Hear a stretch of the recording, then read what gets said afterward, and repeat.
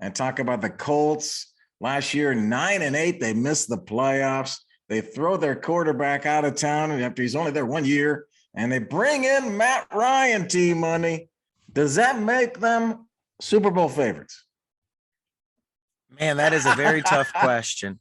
I'm going to go with no. And purely because they have no wide receiver core. They have, I mean, if Michael Pittman Jr. is your best receiver, he's a 3 on the Tampa Bay Bucks, right? He might be the 4th option on the Raiders behind Renfro, Waller, and Adams.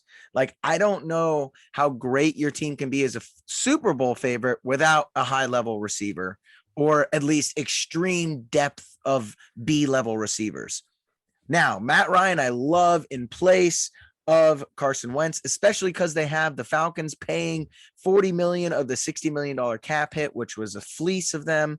But Matt Ryan's good. A couple of years ago, he went 35-7 touchdown to interception ratio. The past few years, he's had a passer rating above 90. Carson Wentz didn't do that last year before he got to Indianapolis. I think it'll bring a steadiness to the position. I think Matt Ryan's had a horrible offensive line the past few years. Calvin Ridley's been out. Julio Jones was cut. I mean, he had no run game. I think this is going to be great for Matt Ryan, and he'll have a little bit of a career resurgence here. But my worry for them as Super Bowl favorites is I don't know how, if you take away Jonathan Taylor, what's their second punch?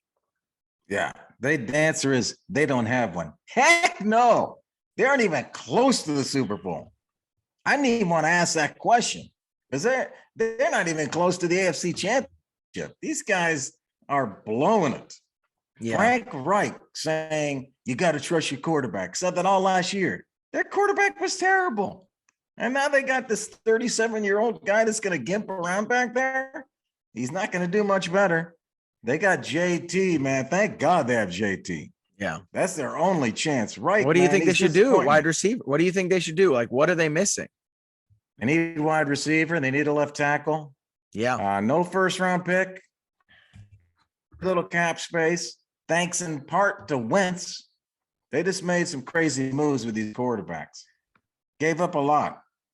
Yeah, I agree. They did give up a lot. I thought they should have signed Teron Armstead, the left tackle from the Saints. He's elite. But yeah, I don't know what they're doing. They've just kind of sat on their hands here with all this cap space. It's sat on their hands. It's been kind of interesting. You know, they still need a good corner. They don't have, I like their team. They have great building blocks, but like, are they waiting for a quarter? Because I think with Matt Ryan and you go get Tyreek Hill or Devontae Adams, you sign a left tackle and Stephon Gilmore. I mean, that's a legit contender there all of a sudden.